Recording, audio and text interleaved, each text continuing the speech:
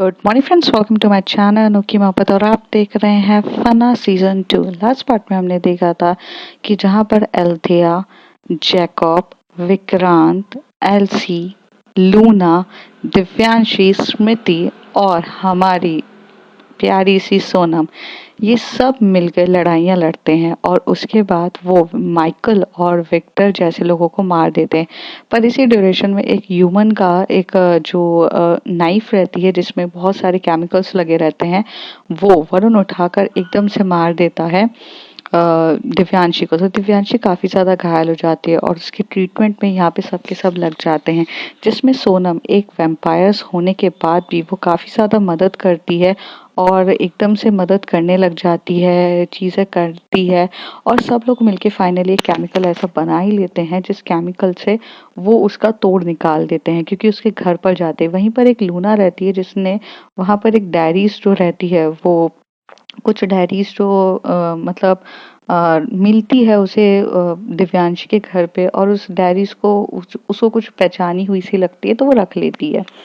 दूसरी तरफ जो हमारी दिव्यांशी रहती है वो हॉस्पिटल में एडमिट रहती है, उसकी तबीयत चल रही रहती है। यहाँ सोनम जो होती है वो स्मृति से पूछती है कि तुमने मेरी जान क्यों बचाई, और जहाँ पर लूना और एल्सी स्मृति को समझाते हैं कि अगर प्यार करते हो तो प्यार का आगाज कर दो, पर इसमें स्मृति कहती है कि मुझे नहीं पता है। और जब स्मृति सोनम के साथ कुछ वक्त बिताने के लिए या उससे कुछ कंक्लूशंस या उसके माइंड में जो भी थॉट चल रहा था उसका सवालों के जवाब लेने के लिए जा ही रही रहती है, तभी उसी वक्त उसी समय पर जो हमारा जैकब रहता है वो विक्रांत को प्रपोज कर देता है। और अब इसके आगे जैसे ही वो विक्रांत को एकदम से प्रपोज करता है तो विक्रांत बोलने लगता है कि मैं तो तुमसे शादी करना ही चाहता हूँ और मुझे इतना प्यार करने वाला, इतनी केयरिंग पर्सन नहीं मिलेगा, लेकिन प्रॉब्लम यह है कि मेरी अभी दीदी ठीक नहीं है। तभी अल्थिया कहती है कि डोंट वरी, तुम्हारी दीदी ठीक हो जाएगी और दीदी को कुछ होगा भी नहीं, क्योंकि मैं उन्हें कुछ होने भी नहीं दूंगी। माहौल थोड़ा-सा गर्म रहता है, लेकिन उस गर्म माहौल में कम से कम प्यार का एक आगाज़ होता है, दोनों एक-दूसरे की तरफ प्यार का कन्फेशन करते हैं, तो काफ़ी थोड़ा-सा सिंपल सा माहौल हो जाता है। तभी सोनम एकदम से स्मृति की तरफ देख के बोलती है, तुम्हें कुछ कहना था? तभी स्मृति एकदम से घबरा जाती है और वो कुछ कहने के बजाय कहती है कि नहीं, नहीं कुछ नहीं। दिव्यांशी ठीक हो जाए, हमें वेट करना चाहिए। तो सोनम कहती है कि हाँ, ठीक है। तभी वहाँ से अभिनव एकदम से आता है और अभिनव बोलता है कि सब कुछ ठीक तो है ना?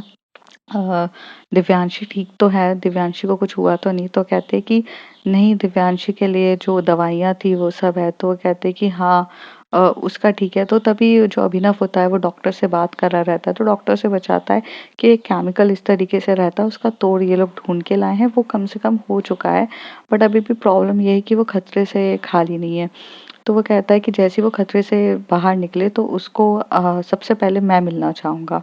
तो थोड़ी देर के बाद अभिनव भी वहाँ पे बैठता है, तो अभिनव के साथ तान्या जो होती है वो भी आ जाती है। तान्या जैसे ही आती है तो वो सोनम की तरफ देखती है तो वो डर जाती है, तो डर के पीछे होने लगती है। तभी तभी सोनम तान्या के पास आकर बोलती है, I am really sorry Tanya, देखो मैं और तुम एक अच्छे दोस्त हैं, हम कितनी पार्टीज में भी एक साथ मिले हैं। तो कहती है कि पर तुम एक वैम्पायर हो और तुमने मुझे मारने की कोशिश करी है।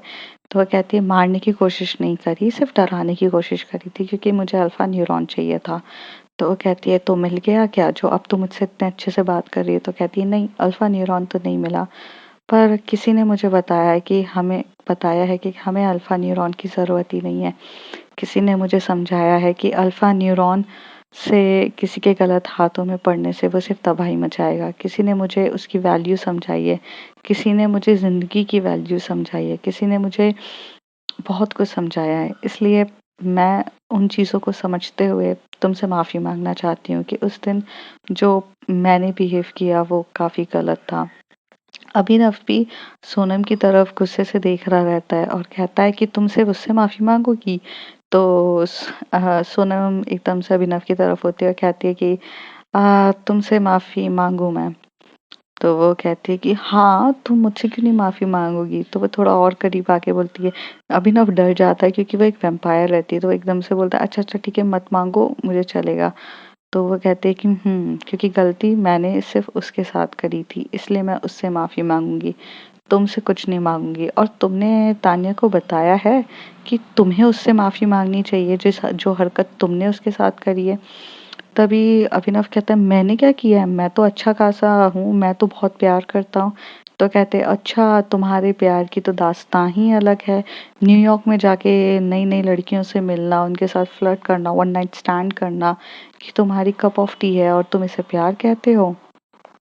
जैसे ही तान्या को ये बात पता चलती है, तान्या एकदम से अभिनव की तरफ देखने लगती है और अभिनव को होने लगता है मैंने सच्ची में कुछ नहीं किया है, वो मैंने कुछ नहीं किया है यार, मैं न्यूयॉर्क में गया था, मैं थोड़ा अकेला था, ठंड काफी थी तो एक बार गलती से हो गया, बट मैंने जानबूझ के नहीं किया। तभी तान्या जो होती है एकदम से थप्पड़ मारती है अभिनव को और कहती है कि मुझे लगा, मैं इसी गिल्ट में जी रही थी कि मैंने तुम्हें धोखा दे दिया वरुण के साथ आकर, और उस दिन वरुण के साथ आने के बाद, लेकिन मैंने उसके साथ वन नाइट स्टैंड तो नहीं किया था ना, मैंने सिर्फ उसे किस किया था और मुझे उसका नेचर काफी अच्छा लगा था, बट तुमने तो सिर्फ अपनी हवस मिटाने के लिए ये सब किया।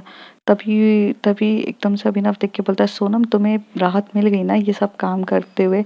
तो वो कहता है कि राहत तो अभी नहीं मिली है, क्योंकि मेरे पास तो अभी बहुत बड़ी लिस्ट है, अगर वो मैंने तुम्हें दिखा दी है ना तो तुमसे कोई भी लड़की नहीं मिलने वाली तुम्हें। तो कहता है मैं तुम्हें देख लूंगा बाद में।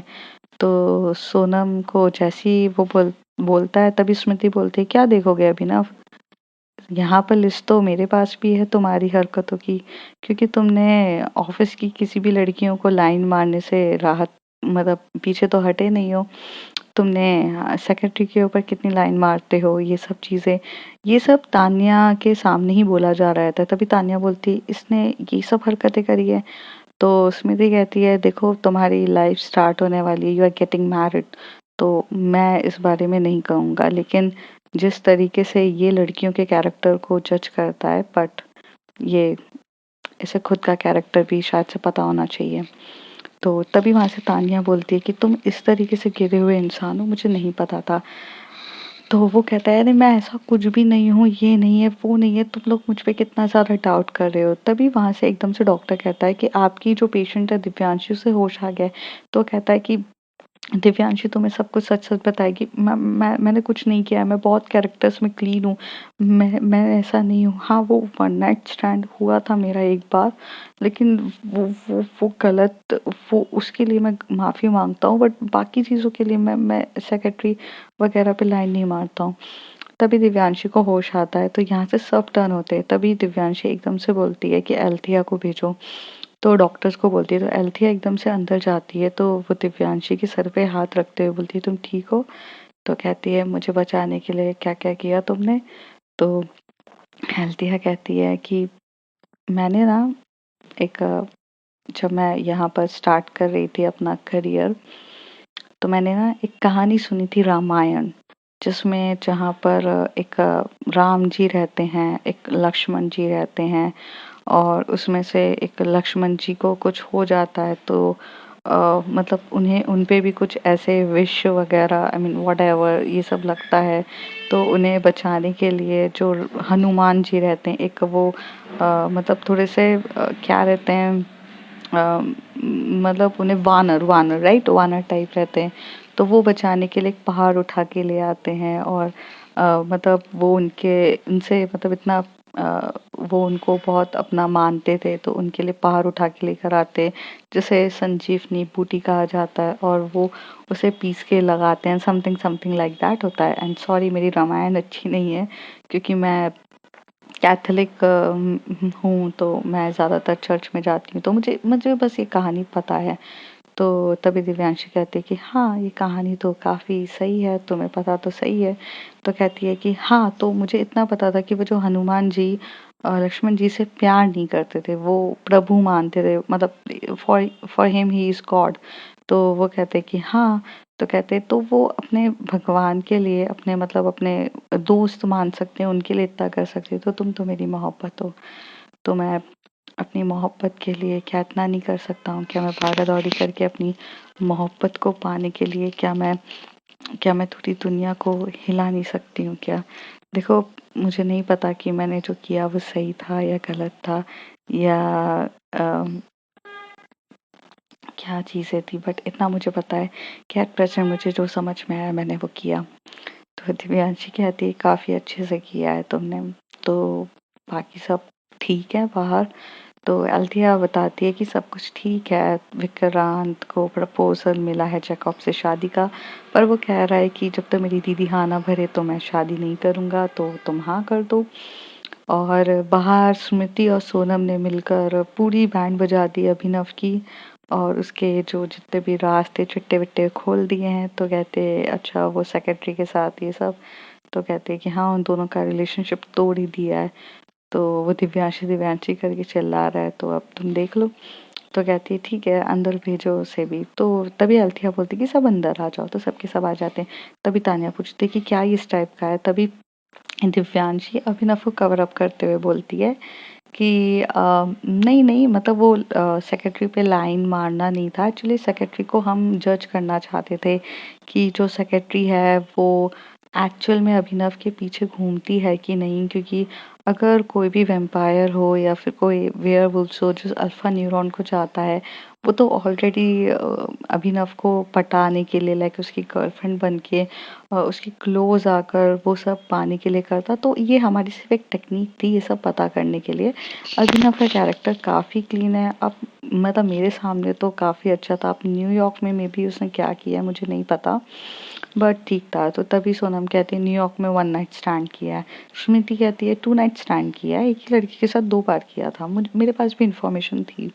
तो ये दोनों इस तरीके से बोलते हैं। तो कहते हैं सभी सोनम एकदम से बोलती है स्मृति तुम्हारे पास इतनी ज़्यादा इन्फॉर्मेशन कैसे है। तो कहती है तुम्हारे सूत्र थोड़े लेजी हैं बट मेरे सूत्र काफ़ी अच्छे रहते हैं, पर मेरा सोर्स काफ़ी अच्छा है, because vampires are only active in a few times but lycans are always active and every time. तो तभी तान्या एक और थप्पड़ मार देती है अभिनव को और कहती है कि तुमने टू नाइट स्टैंड किया। तो वो कहता है दिव्यांशी तुम मुझे बचा ले। तभी दिव्यांशी कहती है अरे वो भी चीज़ें कुछ पता करने के लिए, एक्चुअली विक्रांत की गलती नहीं थी, एक्चुअली सॉरी अभिनव की गलती बिल्कुल भी नहीं थी। अब वो लड़कियां अभिनव के पास उसके उसको थोड़ा सा हिप्नोटाइज कर लिया था, नशे में उसके साथ किया ताकि वो अल्फा न्यूरॉन तक पहुंच सके। And he is a owner of alpha neuron ना, तो हर कोई उसी को पाना चाहता था। तो ये था। तान्या ऐसा कुछ नहीं है, अभिनव काफ़ी चेंज हो गया है। अभिनव तो अब किसी लड़की की तरफ देखता तक नहीं है, क्योंकि अब उसके पास अल्फा न्यूरॉन है ही नहीं, तो बेचारा कहाँ से किसी कोई लड़की उसके पास आएगी भी नहीं, उसे देखेगी भी नहीं, कुछ नहीं करेगी। तो चीज़ें काफ़ी क्लियर है। तभी वहाँ से लूना कहती है कि अगर अल्फा न्यूरॉन अब किस अभिनव के पास नहीं है, वहाँ पर भी नहीं था, तो अल्फा न्यूरॉन गया कहाँ पर है। तभी दिव्यांशी हंसते हुए बोलती है अल्फा न्यूरॉन अपनी सही जगह पर है जहाँ उसको जाना चाहिए था, और अब वो अपनी महफूज जगह पे बैठा हुआ है जहाँ पर ना कोई लाइकन्स उसे ढूंढ पाएगा, ना कोई वैम्पायर उसे ढूंढ पाएगा, और ना कोई ह्यूमन बीइंग ढूंढ पाएगा। उसे सबसे महफूज जगह पे रखा गया है। तो ये जैसे ही वो दिव्यांशी बोलती है तो तभी सब लोग पूछते हैं दिव्यांशी से कि क्या तुमने रखा है। तो कहती है कि यही समझ लो कि मैंने रखा है या मैंने रखवाया है, बट वो अपनी जगह पर है। तो अब कोई डाउट तो है नहीं, I think everything is clear. तो कहते कि बस तुम हॉस्पिटल से निकलो। तभी जैकब एकदम से जाता है, बोलता है दिव्यांशी के पास कि मैं आपके भाई से प्यार करता हूँ, तो क्या आप रेडी हो। तो वो कहती है कि हाँ हाँ मुझे कोई प्रॉब्लम नहीं है, अगर विक्रांत रेडी है तो मैं क्या मना कर सकती हूँ। तभी यहाँ से दिव्यांशी अपने मतलब ऐसे थोड़ा सा इधर उधर देख रही रहती है। तो तभी अल्थिया बोलती क्या ढूंढ रही हो तुम। तो कहती है कि कुछ नहीं, सब कुछ ठीक है बट एवरीथिंग इज ओके। तो वो कहते हैं कि तुम रेस्ट करो। फिर इस तरीके से वो वहाँ पर रेस्ट कर रही रहती है कि वो काफ़ी ज़्यादा घायल रहती है, तो वो रेस्ट कर रही रहती है। थोड़ी देर के बाद यहाँ से जो हमारी स्मृति रहती है वो जारी रहती है। तभी सोनम उसका हाथ पकड़ के बोलती है तुम्हें मुझसे कुछ ज़रूरी बात करनी थी ना। तो स्मृति कहती है कि बात करनी है। तो कहती है चलो मेरे साथ, मुझे तुमसे बात करनी है। वो उसका हाथ पकड़ती है और उसे कार में बिठाती है और अच्छी स्पीड में कार को एक जंगलों के बीच में लेकर जाती है, क्योंकि दोनों को सबसे महफूज जगह जंगल ही लगती है, और जंगल तो उनका घर ही रहता है एक तरीके से देखा जाए। तो वो जंगलों के बीच में वहाँ जाते हैं और वहाँ खड़े होते हैं। तभी स्मृति बोलती है कि बोलो तुमने मुझे यहाँ लेकर आई हो। तो वो कहती है कि अ, मुझे सिर्फ ये कहना था, अ, स्मृति, देखो मुझे नहीं पता प्यार क्या होता है और कैसे होता है और फीलिंग्स क्या होती है, but I like you. I like the way you just protect me. I like the way जैसे तुमने मुझे पास आकर मुझे महफूज रखा।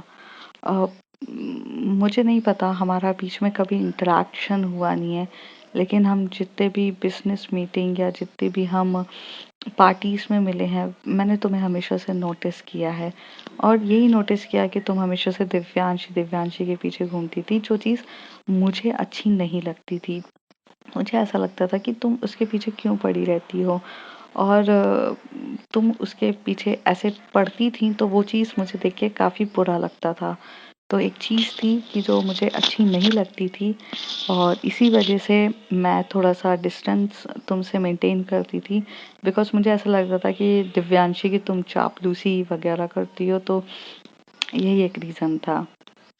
तो वरना मैंने तुम्हें हर पार्टीज़, हर जगह पे नोटिस तो काफ़ी अच्छे से किया था, और शायद तुम भूल गई हो कि अम, मैं तुम्हारे ही अंडर काम करती थी।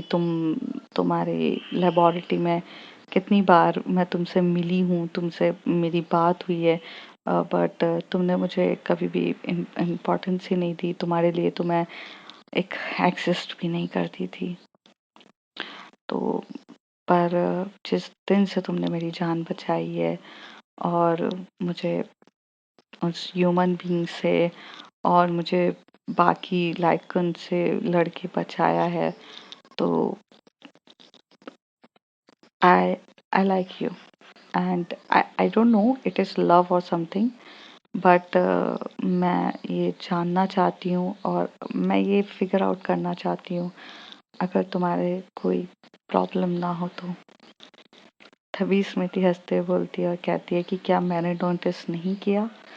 अम, मेरी हमेशा से नज़र तुम्हारे ऊपर थी लेबोरेटरी में भी, जब तुम ने मुझे एक जहाँ पर पूरे लेबोरेटरी में गैस लीक हो गई थी, क्योंकि केमिकल्स रिएक्शन सही से नहीं हुए थे, वो गैस लीक हो गई थी और मैं उस समय फंस गई थी, तो तुम ही एक इंसान थी, तुम ही एक पर्सन थी जिसने मुझे वहाँ से उस लेबोरेटरी में कांच तोड़ के पूरा जम के खींच के निकाला था। तो तुम कैसे बोल सकती हो कि मैंने तुम्हें नोटिस नहीं किया?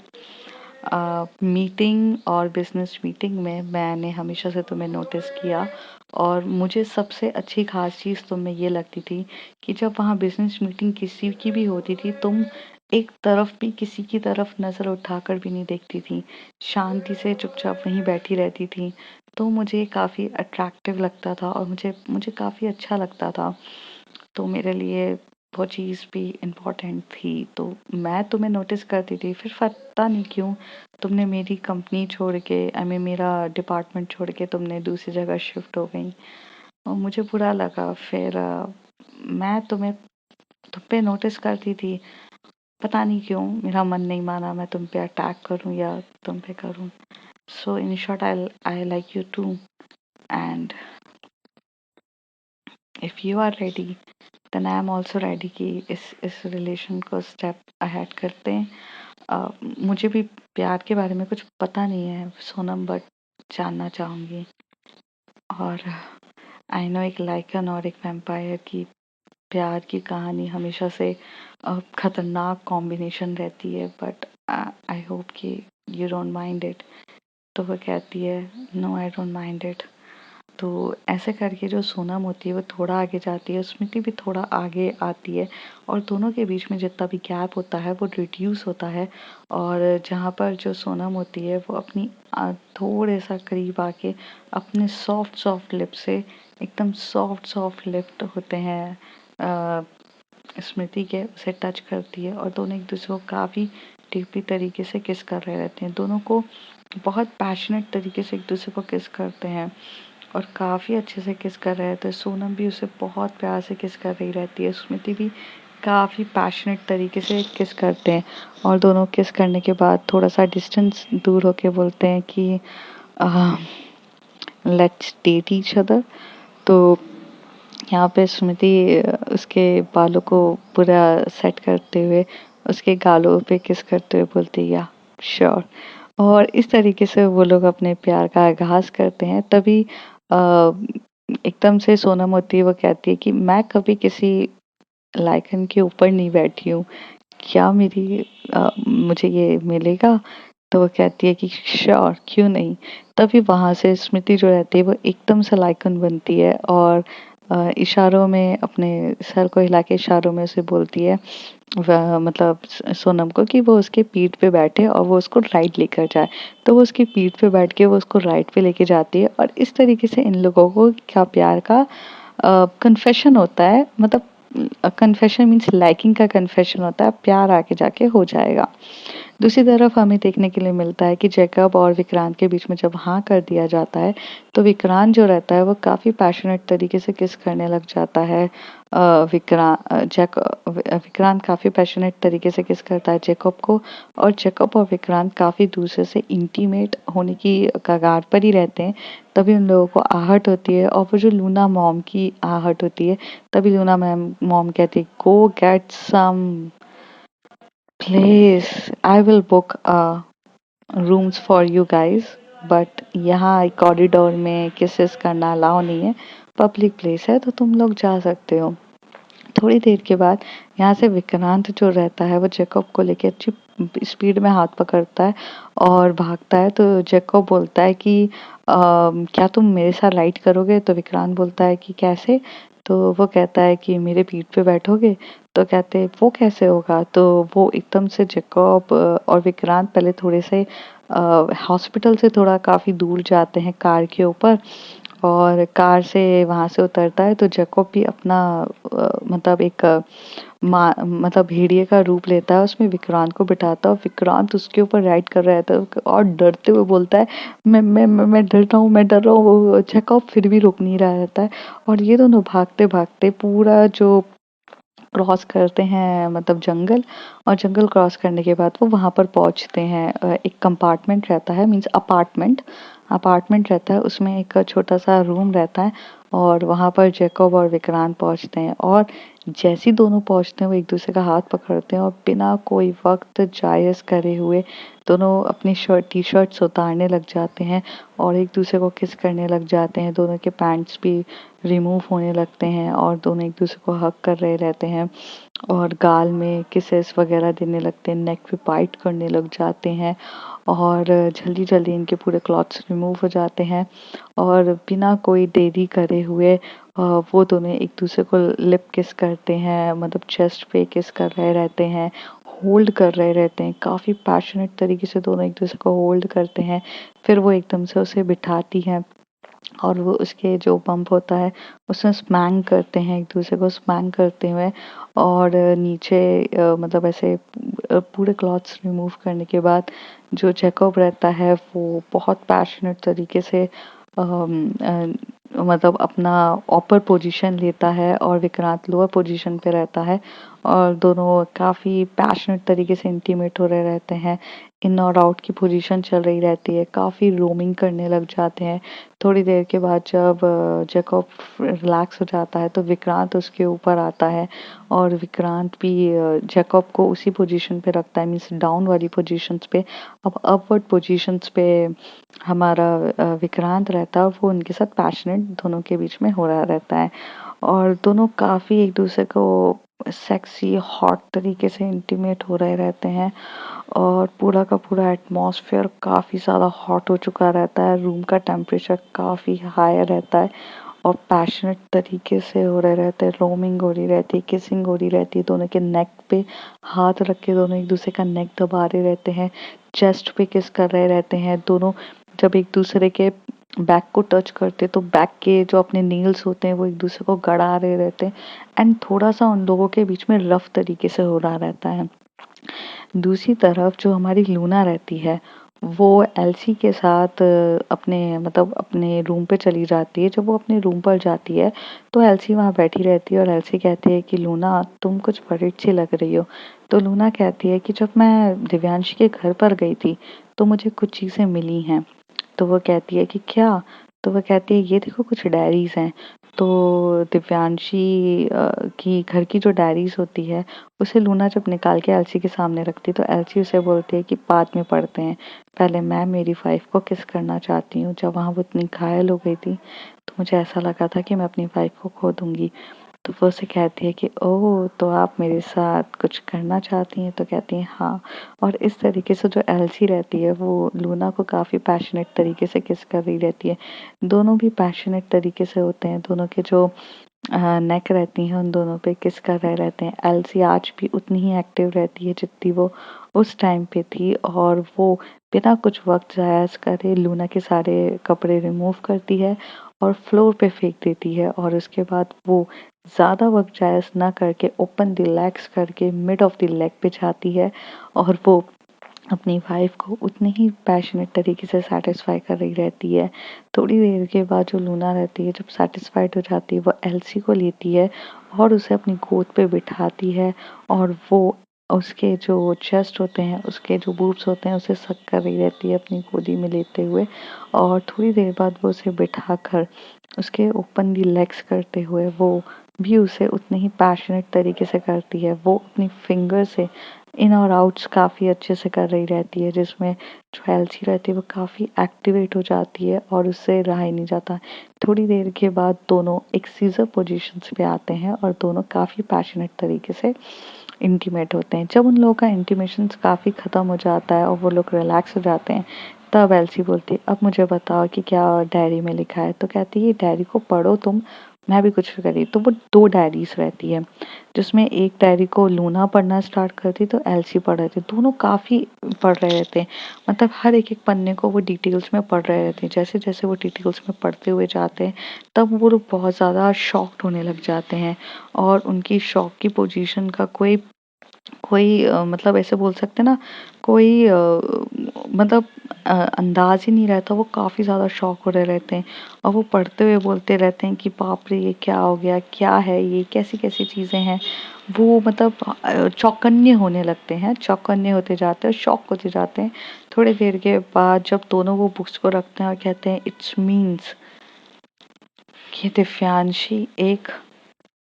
दिव्यांशी कौन है और क्यों है उसके पास पावर, इसमें तो ये सब कुछ लिखा है। थोड़ी देर के बाद वो लोग इस बुक्स को रख देते हैं और कुछ पता करने के लिए वो लोग यहाँ से निकल जाते हैं कि ये सारी चीज़ें जो बुक्स पे लिखी गई है, जो एक डायरी में लिखी है, वो सही है कि नहीं, उसके लिए निकल जाते हैं। दिव्यांशी और एल्थिया घर आ जाते हैं, और घर आने के बाद दिव्यांशी काफ़ी ज़्यादा घायल होती है, तो उन दोनों का इंटीमेशंस तो होना कुछ पॉसिबल ही नहीं रहता है। करीब एक वीक बीत जाता है और यहाँ पर अब जो लूना रहती है और एल्सी रहते हैं वो दिव्यांशी से मिलने के लिए आते हैं, और जहाँ पे एल्थिया ऑलरेडी रहती है। एल्थिया गेट ओपन करती है, तो जैसे ही वो गेट ओपन करती है तो वहाँ पर सामने के सामने हमें लूना और एल्सी मिलते हैं, और लूना एल्सी दिव्यांशी के पास आकर बोलते हैं कि आप तुम ठीक हो, ये फ्लावर्स तुम्हारे लिए। तो वो कहती है कि थैंक यू ये फ्लावर देने के लिए। हाँ मैं काफ़ी ज़्यादा ठीक हूँ और मुझे अच्छा लग रहा है।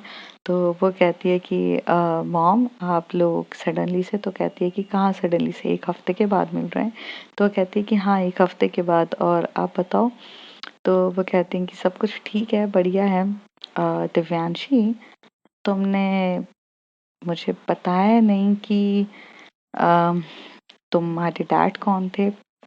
तो वो कहती है मतलब, तो वो कहते हैं कि तुम्हारे डैड कौन थे तुम जानती हो ना। तो वो कहती है कि मेरे डैड एक डॉक्टर थे, मुझे सिर्फ इतना पता है। तो वो कहती है कि डॉक्टर कम साइंटिस्ट थे वो, तुम्हें ये नहीं पता। तो वो कहती है कि नहीं मुझे नहीं पता। तो यहाँ पर जो हमारी दिव्यांशी रहती है वो बोलती है कि आप कहना क्या चाहते हैं। तो कहते हैं कि तुम्हारे डैड ये हैं। तो वो कहती है कि हाँ मेरे डैड तो यही हैं। बचपन से मुझे ये मेरे डैड की बहुत पुरानी फ़ोटोज़ है। मैंने तो लास्ट टाइम मैंने मेरे डैड को इसी फ़ोटोज़ पे देखा था। तो वो कहती है ओके, एंड तुम्हारे डैड एक साइंटिस्ट थे। तो पर तभी दिव्यांशी कहती नहीं वो एक साइंटिस्ट नहीं थे, वो तो एक हॉस्पिटल में एज अ जॉब करते थे। वो एक अच्छे खासी डॉक्टर्स थे। आई थिंक वो एक गायनोकोलॉजिस्ट थे, बस मुझे इतना पता है। मुझे नहीं पता कि मेरे डैड एक साइंटिस्ट थे। तभी दिव्यांशी वहाँ पर बैठी रहती है। तभी लूना वो दोनों डायरीज निकालती है और डायरी उसके सामने देती है और बोलती है कि इसमें तुम्हारे सारे राज खुल पड़े हैं, तुम इसको पढ़ना और तुम्हें पता चल जाएगा कि तुम कौन हो आखिर। और हाँ, मैंने इसको चेकआउट किया है, ये सारी चीज़ें जो लिखी गई है वो बिल्कुल सच है।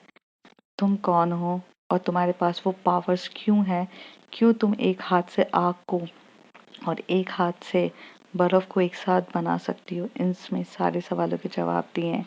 तुम जैसे ये पढ़ोगी तुम्हें पता चल जाएगा, ठीक है। और एल्थिया, तुम्हें भी पता चल जाएगा कि ये कौन है। तभी वहां से दिव्यांशी बोलती है लूना को, मतलब लूना मम्मी को, कि आंटी आप ही मुझे बता दो ना क्या है, मैं बाद में ये पढ़ लूंगी। तो वो कहती हैं कि तुम्हें मैंने एक कहानी बताई थी, वो कहानी नहीं, वो रियलिटी थी, कि एल्थिया को बनाने के लिए जहाँ पर ऐश और हमारे लूसी की जिसने मदद करी थी, एक डॉक्टर था, जो डॉक्टर कम एक साइंटिस्ट था जिसने एक फ्यूजन बनाया था। तो कहती है कि हाँ, तो कहती वो तुम्हारे डैड थे, तुम्हारे डैड ने वो फ्यूजन्स बनाया था और तुम्हारे डैड ने एल्थिया को बनाने में मदद करी है, जिसमें उसमें लाइकन्स और वैम्पायर्स का ब्लड प्लस ह्यूमन की चीज़ें। तुम्हारे डैड ने जिसका भी स्पर्म डाला था, जो भी चीज़ें डाली थी, वो उसमें एक खासियत थी कि वो माइंड रीड वाली चीज़ें, तो इसलिए एल्थिया वहाँ पे वो माइंड रीड कर सकती है। और इसलिए वो एक साइकोलॉजिस्ट क्या था, मतलब उसने जो मेल चीज़ें ली थी वो साइकोलॉजिस्ट की ली थी। तो साइकोलॉजिस्ट में उसकी एक खासियत थी उस साइकोलॉजिस्ट की कि वो सामने वाले का माइंड रीड कर सकता है, इसलिए एल्थिया वो सब चीज़ें कर पाती है। अब एल्थिया की पावर्स तुम पे क्यों नहीं चलती है, उसका रीज़न इस पूरी बुक में डायरी में लिखा है। तभी वहाँ से जो हमारी एल्थिया रहती है वो पूछती है, मम्मा साफ साफ बताओ ना। तो वो कहती हैं कि जब इसके पापा फ्यूजन्स कर रहे थे, तभी लूना ने तभी लूसी और हमारी ऐश ने ये डिसाइड किया था कि वो इतनी बड़ी मदद उसकी कर रहे हैं, तो वो मदद ऑलरेडी क्या बोलते इनके इनकी मदद भी करना चाहते थे, मतलब इनके जो फादर थे उनकी भी मदद करना चाहते थे। तो लास्ट टाइम पे उन्होंने हर जगह से उसको प्रोटेक्ट किया, जितने ये फादर्स को प्रोटेक्ट कर सकते थे प्रोटेक्ट किया, दूसरे सिटी में भी भेजा, हर एक चीज़ करी। लेकिन बिफोर दूसरे सिटी में भेजने से पहले उनके सामने एक छोटी सी बच्ची रखी थी, और वो बच्ची दिव्यांशी थी, जो हालांकि 2-2.5 साल की होगी उस समय। दिव्यांशी तुम 2 या 2.5, हद से ज़्यादा 3, 3, 3, 4.5 साल की होंगी, कुछ अराउंड, मैं एग्जैक्ट नहीं बता सकती। उस समय वहाँ पर उन्होंने बोला कि मैं कुछ दे सकती हूँ, तो मैं ये चाहती हूँ कि जो फ्यूजन आप हमारा कर रहे हो, वही फ्यूजन आप अपनी बेटी पे भी डालो। तो जिसके लिए तुम्हारे पेरेंट्स, तुम्हारे डैड ने मना कर दिया था, उन्होंने कहा था कि मैं मेरी बेटी पे ये एक्सपेरिमेंट नहीं करना चाहता हूँ। पर वहाँ पर जो मेरी ऐश थी और लूसी थी, उन्होंने ये डिसाइड किया था कि हम वो फ्यूजन का कोई साइड इफेक्ट्स ना हो, इसलिए उसके डैड से बहुत कन्विंस किया। और डैड ने क्या किया, एक लाइकन का ब्लड निकाला और एक वेम्पायर्स का ब्लड निकाला, और उन दोनों के ब्लड को एक इंजेक्शन में भर के तुम्हें उस ब्लड को करीब 3 से 4 बार दिया। उसके बाद वो ब्लड को देने के बाद तुम्हारी बॉडी में कुछ चेंजेस उनको मिले, लेकिन उस चेंजेस के बाद उन्हें ये डर लगने लगा कि मेरी बेटी एक लाइकन्स और वैम्पायर्स ना बन जाए, मतलब वो तुम्हारी एल्थिया जैसा ना बन जाए। इसलिए उन्होंने वो ब्लड्स का जो 5 से 6 डोज के बाद उन्होंने बंद कर दिया, और उस समय अटैक भी हो चुका था, इसलिए जो ऐश ने तुम्हारे डैड को वहाँ किया। फिर तुम्हारे डैड जो वहाँ पर उन दोनों के बीच में लड़ाई हुई, और तुम लोगों को ये बताया गया कि वो फ्लड में जा चुके थे, जबकि एक्चुअल में वो फ्लड में लेकर आने वाला फ्लड भी लाइकन्स और वैम्पायर्स का दोनों के मिलकर वो फ्लड लाया गया था, ताकि वो चीज़ है, क्योंकि जहाँ तुम्हारी मॉम, वहाँ जहाँ तुम लोग को शिफ्ट किया गया था वो फ्लडी एरिया था, और ऑप्शन भी नहीं था क्योंकि सर्कमस्टेंसेस हालात कुछ इस तरीके से बनाए गए थे कि तुम्हें वहाँ पर हो। तुम्हारे डैड ने बस यही सारी चीज़ें एक डायरी के अंदर लिखी थी, उस डायरी को काफ़ी अच्छे से क्लोज करके तुम्हें दी गई थी और तुम्हें उस घर पे शिफ्ट किया गया था। तो तुमने ये कभी स्टोरी ये सारी चीज़ें नहीं पढ़ी, पर मैंने ये नक्षत्र किया है। और वेम्पायर्स ऑफ ब्लड पूरे तरीके से तुम्हें प्रॉपरली इंजेक्ट नहीं कर पाया, तो इसलिए तुम एक पूरे तरीके से लाइकन्स और वेम्पायर का फ्यूजन नहीं बन पाई, इसलिए तुम कई हद तक आदी बन पाई हो। इसलिए तुम्हारी जो एनर्जी है वो ब्लड है। लेकिन जब अल्फा न्यूरॉन तुम्हें मिला, तो अल्फा न्यूरॉन ने जो ये ब्लड था, ये तुम्हारा जो अल्फा न्यूरॉन का तुम्हारा कोल्ड ब्लड प्लस तुम्हारा हॉट ब्लड का जो कॉम्बिनेशन था, उसने पावर खींच लिया अल्फा न्यूरॉन से। जो ब्लड ये काफ़ी हद तक तुम्हारी बॉडी में मॉलिक्यूल्स सो चुके थे, वो सिर्फ जनरेट हो गए। इसलिए अब तुम ये कभी बना सकती हो। तो तुम्हारे पास ये पावर इसलिए आई है क्योंकि तुम्हें ये पावर्स लूसी और ऐश ने अपने ब्लड से दी है। और एक और चीज़ मैं तुम्हें बता दूं कि तुम दोनों एक दूसरे की एनर्जी को और दोनों एक दूसरे की इंटीमेसी को हैंडल इसलिए कर पाते हो क्योंकि कहीं ना कहीं तुम दोनों काफ़ी हद तक सिमिलर हो। ठीक है, बस यही एक चीज़ थी जो मैं तुम्हें बताना चाहती थी और वो बताने आई हूँ। I hope everything is clear now. और ये बोलकर वहाँ से लूना और एल्सी वहाँ से निकल जाती हैं। तभी जो एल्सी रहती है वो एकदम से फोरहेड पे किस करती है दिव्यांशी की और कहती है, be happy in your life, okay. और ऐसे बोलती है। तो तभी एल्थिया उसी तरफ देख रही रहती है कि तुम मेरी पावर्स को संभाल सकती हो। तो कहती है कि हाँ, और तुम्हें भी काफ़ी अच्छे से। तो वो कहती काफ़ी अरसा हो गया ना, हम दोनों एक दूसरे के करीब नहीं आए। तो कहती काफ़ी अरसा हो गया है। और ऐसे बोल के जो एल्थिया होती है वो एकदम से दिव्यांशी के ऊपर आती है। तो दिव्यांशी जो रहती है वो एल्थिया के दोनों हाथों को बहुत अच्छे से ग्रैब करती है और वो दोनों पैशनेट कैसे एक दूसरे को कर रहे थे। थोड़ा सा वो नीचे आके उसके जो नेक होता है उस पर किस कर रहे थे। लेकिन यहाँ पर अब जो दिव्यांशी रहती है वो काफ़ी एक्टिव हो जाती है। तो दिव्यांशी पूरे तरीके से एल्थिया के ऊपर चढ़ती है और अपनी पावर्स और अपना जो पोजीशंस होता है उससे ग्रैब करके दोनों एक दूसरे के साथ काफ़ी इंटीमेसी वाले किसेस कर रहे रहते हैं। काफ़ी एक दूसरे के साथ पैशनेट किस कर रहे रहते हैं। दोनों एक दूसरे के नेक बाइट कर रहे रहते हैं और ईयर बाइटिंग हो रही रहती है। फिर दोनों से रहा नहीं जाता और दोनों की बॉडी काफ़ी ज़्यादा हॉट हो जाती है। तो उनके क्लॉथ्स वो लोग रिमूव कर देते हैं, फिर एक दूसरे को पकड़ते हैं और उन दोनों के बीच में डायरेक्ट अल्थिया को वो एकदम से गिराती है दिव्यांशी। और वो बिना कुछ वक्त जाया करे एकदम से रबिंग स्टेज पर आ जाती है। वो अपनी बॉडी से उसकी बॉडी को रब कर रही रहती है। दोनों सीजर पोजीशंस पे रहते हैं, एक लेग इधर एक लेग उधर, और दोनों का मिड एक दूसरे से अट्रैक्ट होता है। लोअर पार्ट दोनों का एक दूसरे से मिलता है और दोनों काफ़ी पैशनेट तरीके से रबिंग कर रहे रहते हैं। और दोनों पैशनेट तरीके से होते हैं। नेहा से एल्थिया जोर जोर से चिल्लाने लग जाती है और जैसे जैसे वो रोमिंग कर रही रहती है, चिल्ला रही रहती है, दिव्यांशी के अंदर में और पावर और एक्टिवेशंस बढ़ रहा रहता है और दोनों काफ़ी एक दूसरे को एक्टिव होके इंटीमेसी हो रही रहती है।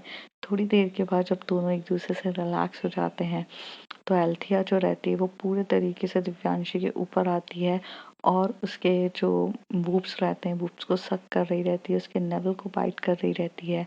और वो दोनों काफ़ी पैशनेट तरीके से एक दूसरे से रोमांस कर रहे रहते हैं और उनका रोमांस काफ़ी डीप तरीके से हो रहा रहता है। जब यही रात तो वहीं पर ऐसी तरीके से बीत जाती है। जब मॉर्निंग का टाइम रहता है तो काफ़ी कोल्ड हो जाती है हमारी दिव्यांशी। तो एल्थिया उसे बॉडी हीट देने के लिए सेकंड राउंड भी वो उन लोगों का स्टार्ट होता है। फिर वही सेम चीज़ें, किस होती है, पैशनेट होता है और इस तरीके से दोनों काफ़ी इंटीमेट होते हैं। थोड़े दिन ऐसी बीतने के बाद, एक हफ्ते के बाद सब के सब मिलते हैं, सब कपल्स मिलते हैं। एल्थिया मिलती है हमारी दिव्यांशी के साथ मीन्स वो कपल रहती हैं। लूना एलसी के साथ आती है, तो यहाँ पर हमारे जो विक्रांत चेकअप के साथ और अब स्मृति और सोनम भी काफ़ी एक दूसरे के साथ रहते हैं। तभी उस ड्यूरेशन में वो ये पूछते हैं कि यार वो अल्फ़ा न्यूरॉन गया कहाँ पर है। तभी दिव्यांशी उसे बोलती है अल्फ़ा न्यूरॉन उस जगह पर गया है जिस जगह से उसकी शुरुआत हुई थी। वो बैंगलोर के उस एरिया में है जिस एरिया में वो फर्स्ट टाइम रखा गया था। मतलब उस जो लेबोरेटरी, स्मृति एकदम से बोलती है, तो वो कहते हैं कि हाँ वो उसी लेबोरेटरी में, उस लेबोरेटरी की जगह पर जहाँ पर वो पूरे सिक्योरिटी के साथ रखा गया है और उसे रखवाया मैंने ही है। और वो रखा गया है जहाँ वो पहले रखा गया था उस जगह पे वो नहीं रखा है, लेकिन उस लेबोरेटरी में ही एक ऐसी जगह है वहाँ पर वो बहुत सिक्योर तरीके से रखा गया है। और अब वो किसी के भी हाथों में नहीं आएगा। तो इस तरीके से हमारी अल्फा न्यूरॉन की हिफाजत भी तो होती रहेगी और कोई वैम्पायर लाइकन्स नहीं मिलेगा। अब प्यार भरी दुनिया है और प्यार उस प्यार से भरी रहे, जहाँ ह्यूमंस, लाइकन्स और वैम्पायर्स तीनों एक दूसरे के साथ मिलकर रहें और एक दूसरे की मदद करें, यही हमारा एक मोटो है। तो ये सुनने के बाद लोग बॉनफायर्स रहता है, सिंगिंग वगैरह चल रही रहती है। तो इस तरीके से हमारी ये फना सीज़न 2 ख़त्म होती है। अब फना सीज़न 2 में कोई भी फना नहीं होता है। फना होते हैं वो मोहब्बत में एक दूसरे के लिए फना होते हैं, लेकिन यहाँ पर लोग जान देने के बजाय दोनों मोहब्बत में एक दूसरे की जान बचाते हैं, जो फना होने से कुछ कम नहीं है। तो इस तरीके से हमारा ये सीज़न ख़त्म होता है। तो आई होप आपको ये स्टोरी काफ़ी अच्छी लगी हो एंड यू लाइक इट।